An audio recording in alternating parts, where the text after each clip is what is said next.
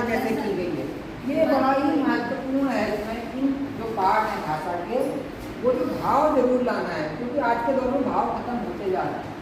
और फिर ये भी बच्चे को हमने बताना है कि कौन कवि के लिखने का तरीका क्या है। मान लीजिए अगर आगे चल के कोई लिखता है चीज़ें, कोई प्रोजेक्ट बनाता, तो उसको ये भी तो पता हो किसकी शैली में लिखा जाता है। मुंशी प्रेमचंद बिल्कुल अलग लिखते हैं, नागार्जुन बिल्कुल अलग लिखते हैं, जयशंकर प्रसाद बिल्कुल अलग लिखते हैं, हरिशंकर परसाई बिल्कुल अलग लिखते हैं।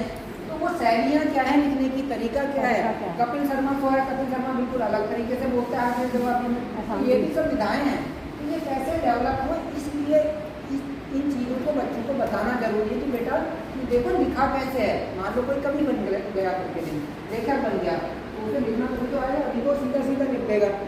और बोलने का भी वही है, सीधा सीधा। अगर मैं आपसे कोई बात कहूँ, आप बताओ, आपको गया ये होता तो हमसे पूरा गुस्सा आ जाएगा एकदम से। तो कैसे हम अपनी शैली को बड़ा बैलेंस करके रखते हैं, बोलते हैं, वो सब ये पाठ हमको बता रहे हैं।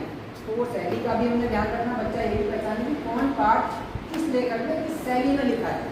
ये बात हो गई। भाव कैसा है, उसमें उपमाएँ कैसी की गई है, ग्रामर कैसा है उसका, ये बात की गई है। मैं ये नहीं कह रहा हूँ कि आपको कल से जाके यही करना है, मतलब पता होना चाहिए, मैं इसकी बात कह रहा हूँ सिर्फ।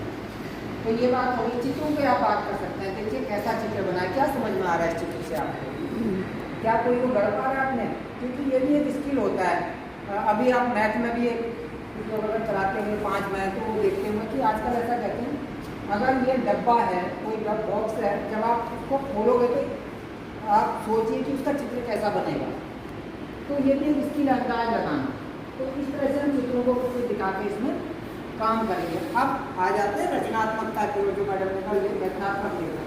एक्चुअली असल में बात वही है कि लिखने का मतलब जो कहा जाता है वो यही है कि जब हम अपने विचारों को